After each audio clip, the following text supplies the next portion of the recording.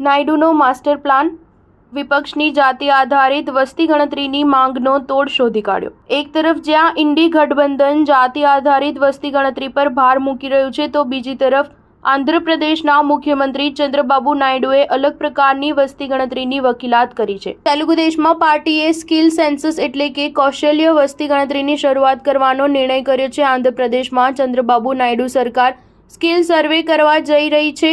આ મુદ્દે ચંદ્રબાબુ નાયડુએ વડાપ્રધાન નરેન્દ્ર મોદી પાસે પણ સૂચન માંગ્યું છે। તેમણે કહ્યું કે દેશમાં લોકો પાસે જે સ્કિલ છે તેનો ડેટા એકત્ર કરવામાં આવે। તેમણે કહ્યું કે પબ્લિક પ્રાઇવેટ પાર્ટનરશિપ મોડલના વિસ્તરણથી દેશવાસીઓનું જીવન શ્રેષ્ઠ થશે। મોદી સરકાર 3.0માં કૌશલ્ય અને રોજગારી પર વધુ ભાર મૂકવામાં આવી રહ્યો છે। થોડા દિવસો પહેલા પીએમ મોદી સાથે મુલાકાત કર્યા બાદ તેલુગુ દેશમાં પાર્ટીના વડાએ કહ્યું હતું કે આંધ્રપ્રદેશનો વિકાસ મારી પ્રાથમિકતા છે। આ દરમિયાન ચંદ્રબાબુ નાયડુએ કહ્યું કે અમે કેન્દ્ર પાસે કોઈ મંત્રીપદની માંગ નથી કરી। વાજપેયીના સમયમાં પણ અમે મંત્રીપદ નહોતું માંગ્યું। જે પણ ઓફર કરી તેનો અમે સ્વીકાર કરી લીધો। વાજપેયીના સમયમાં લોકસભા અધ્યક્ષનું પદ સ્વીકાર કરવાની બાબતને યાદ કરતા તેમણે કહ્યું કે મેં માત્ર ગઠબંધન સાથે સારા સંબંધો બનાવી રાખવા માટે આવું કર્યું હતું। સ્ટાર ન્યૂઝ 7 હંમેશા સચ્ચાઈની સાથે।